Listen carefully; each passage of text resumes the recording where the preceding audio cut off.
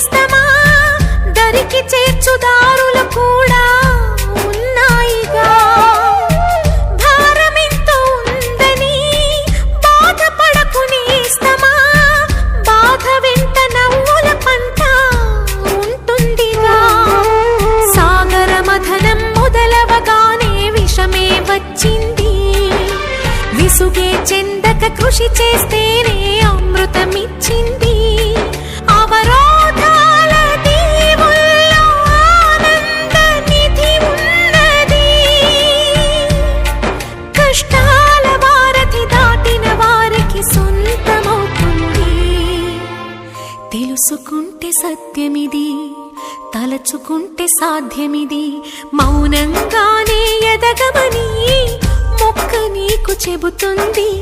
ఎదిగిన కొద్దీ ఒదగమని అర్థమందులో ఉంది.